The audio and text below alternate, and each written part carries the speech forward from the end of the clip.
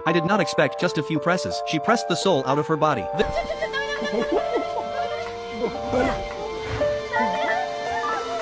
It's a good thing the old butler saw it. He took a broom out of the corner and slapped him on the back. That's what knocked the out-of-body soul back. To the woman's surprise, the old housekeeper was not only used to it. The man went on eating without a care in the world. What the hell is going on here? This is no ordinary village. There are all kinds of monsters living here. The villagers have been treating them with respect for generations. They've been living in peace and harmony. The woman is the man's daughter-in-law from outside the village. There's a legend about a demon in this place. At first she didn't believe it at all, until this night when she went for a walk with her husband. Suddenly, we found a bustling night market in front of us. Women can't control their shopping nature. She drags her man there to buy. I didn't realize that people here were dressed strangely. Some of them have bird heads. Some look like pigs. There's even an octopus monster. The man reminds her not to be too flashy. He also said that the people in the night market are all monsters, but the naive woman simply believed it. They thought they were having a costume party. And not only were they not scared, they had fun picking out a bunch of mushrooms. I'm going home to show them off, but I didn't see any. The sinister smile on the boss's face. The woman went back and made a delicious mushroom soup. I didn't expect the man to drink it. The beginning of the scene happened. It turns out that this mushroom is no ordinary mushroom. If you eat it, it will make you go out of your body. The woman covered her mouth in fear. She can't help but feel scared. That night they met another old couple, walking out with the Grim Reaper by their side. Turns out the old lady died a year ago because she was worried about her paralyzed partner, so she applied to death to take care of her in the form of a spirit until her death. Now we're going to the land of the Yellow Springs together. The man is taking his wife to see him off. As the train to the Yellow Springs slowly appears, the two men watched the old couple walk into the carriage and finally disappeared in a cloud of mist. But not long after they returned, the two of them were plagued by all sorts of bad luck. The grilled fish suddenly caught fire. Coffee poured directly onto the manuscript. The old housekeeper said seriously, there must be something unclean in the house.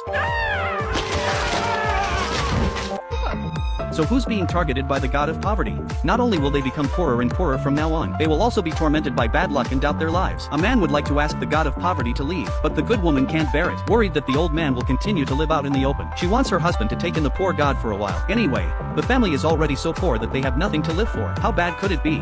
That day, the woman cooked a big meal. The poor god was treated like a guest of honor. Unexpectedly, the poor god took a bite of the hot rice. He couldn't help but cry on the spot.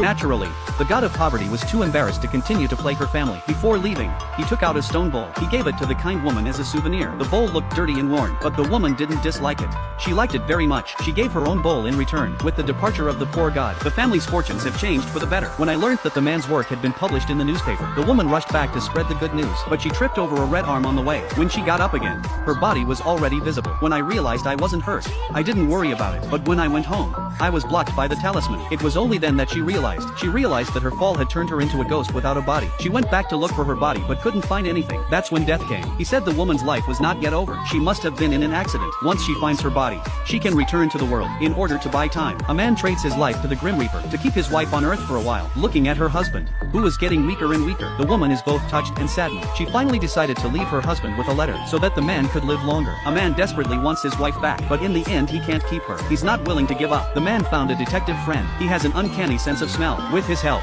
he finally found the woman's body was occupied by a dead spirit, but she agreed to return the body. But if you want to bring your wife back to life, we have to go to the land of the Yellow Springs to retrieve her soul. But the Yellow Springs train is not for the living, so the man ate mushrooms that could make his soul come out of his body.